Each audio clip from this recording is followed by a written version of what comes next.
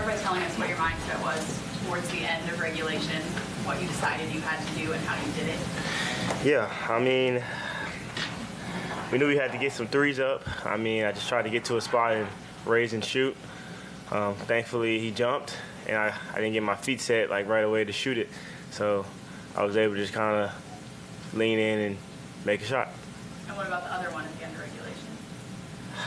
I mean, that's just a lot of reps, going right, throwing the ball out, chasing it, and you know, Rico been on me all year about shooting the deep ones, and I've been working on it all year, so it pays off. How does it feel to get this win tonight? Mandatory, like we had to. Season on the line, and you know, we fought for 53 minutes, never gave up, even when we were down late. Guys still went out there and made plays, and it was big time. You feel kind of like a dream come true. I mean, when you're practicing those run-out threes and drop, you know, you're going up and there's nobody in the gym. What's going through your mind? You think, okay, this is for the, you know, for the win, for the tie. Going through my mind right there was just find a way to survive. Like I said, our season's on the line. I mean, like, just know, I trust my work. I trust what I've done all my life, and you know, just try to get to a spot and raise up and knock a shot down. You've hit big shots. You've had fourth quarter heaters before you've been playoff games, but to do it when you know the season's on the line and to come away victorious and know that you know, in large part saved the season, I guess what goes through your head when you think about something like that? Yeah, I just remember the last fourth quarter, I wasn't in rhythm. I didn't play well. I wasn't like aggressive. I was like, and I refused to let that happen, you know, this time. And I came out aggressive, like from the you know, as soon as the fourth quarter started, as soon as we got the ball, I was going out there aggressive. And being aggressive doesn't mean shooting every single time. It just means making the plays, making a play every single time you have the ball, being aggressive, being a threat to score. So that was that. And then I just missed those 3 free throws, man. I'm going to give a quick shout out to Buddy Hield because I was on the bench and I was really upset. I was really upset with myself. I missed 3 free throws, turned the ball over, and Buddy Hield just kind of grabbed me and said, listen, dude, like, you know what you can do. Go out there, make up for it. And I really do appreciate Buddy for that, man. I know it's going to go unnoticed, but it was big time for him. You know, and when you guys forced overtime, you walk down the baseline or walk down the side of the court, like yelling and screaming, I guess. What were you saying? And it seemed like the way you were acting is like you knew that y'all were going to win that game.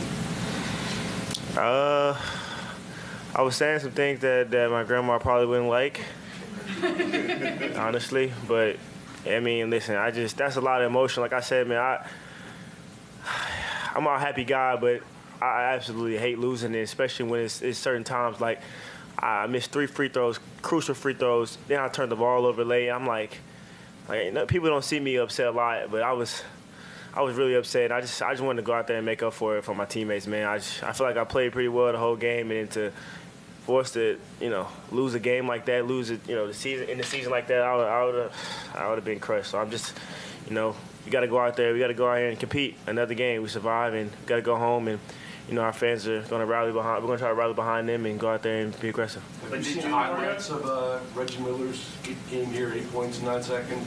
Yeah, I seen it. I was kind of talking to our trainer, Kevin Johnson. He was talking about that after the game, but I got to go back and watch it a little bit more. That was a long time ago. I mean, you do things here, it pretty much makes a memory. I mean, people will be talking about what you did here, maybe like that, you think? I mean, yeah, I mean, honestly, I know this is like cliche or whatever, but like I'm trying to flush the game.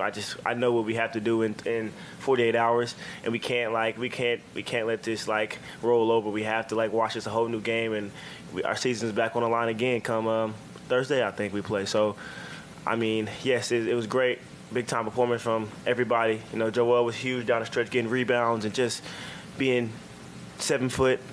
And we appreciate him for that, fighting through, you know, fatigue and injury and all that. And Tobias made big free throws, big shots. So proud of the guys.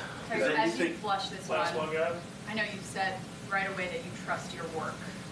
For those that are now paying attention to you sort of anew on a national, international level, can you describe your work ethic, and how you got to the point where you could perform that way tonight?